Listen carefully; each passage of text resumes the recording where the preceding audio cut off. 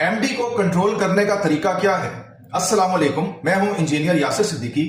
तमाम electric supply कंपनियों की तरफ से उनके सारिफीन को नोटिस भिजवाए जा रहे हैं, जिसमें बुनियादी मसला ये है कि वो अपने सैंक्शन लोड से ज्यादा लोड इस्तेमाल कर रहे हैं और जिस चीज को यहाँ पे उनका लोड डिक्लेयर किया जा रहा है वो असल में एमडीआई है, यानी कि मैक्सिमम डिमांड, जो कि ग्रीन मीटर में 16 या 17 नंबर पर पाई जाती है।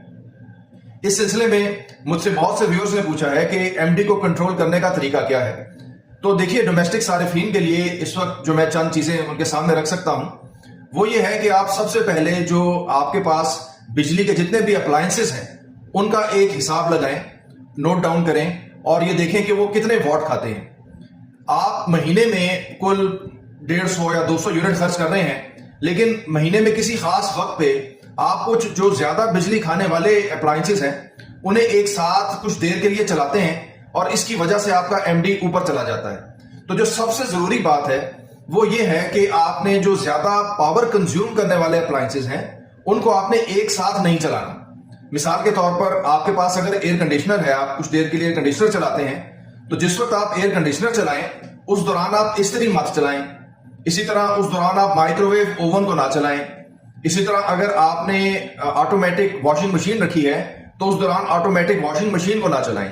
यानी कि अपने एमडी को ऊपर जाने से रोकने के लिए जो सबसे बेहतर तरकीब है और सबसे मौसर तरकीब है वो यही है कि आप अपना तमाम हैवी लोड मार्क कर लें और उसके बाद आप ये कोशिश करें कि आपने वो अपना हैवी लोड एक साथ नहीं चलाना।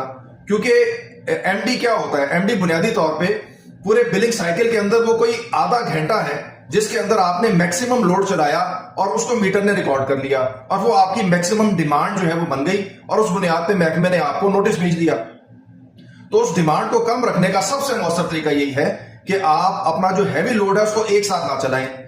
यानी कि हमें आमतौर पर इसकी आदत नहीं होती, लेकिन चूंकि अब इलेक्ट्रिक सप्लाई कंपनियां इस मामले में सख्ती कर रही हैं तो हमें भी ये आदत अपनानी पड़ेगी कि हम अपने लोड्स को मार्क करें और उसके बाद हम वक्त तय करें कि मिसाल के तौर पर हमने इस्त्री कब चलानी है, हमने माइक्रोवेव ओवन किस वक्त चलाना है, हमने कंडीशनर किस वक्त चलाना है, और फिर उन चीजों को एक साथ नहीं चलाना ताकि हमारी एमडी जो है वो कंट्रोल में रहे।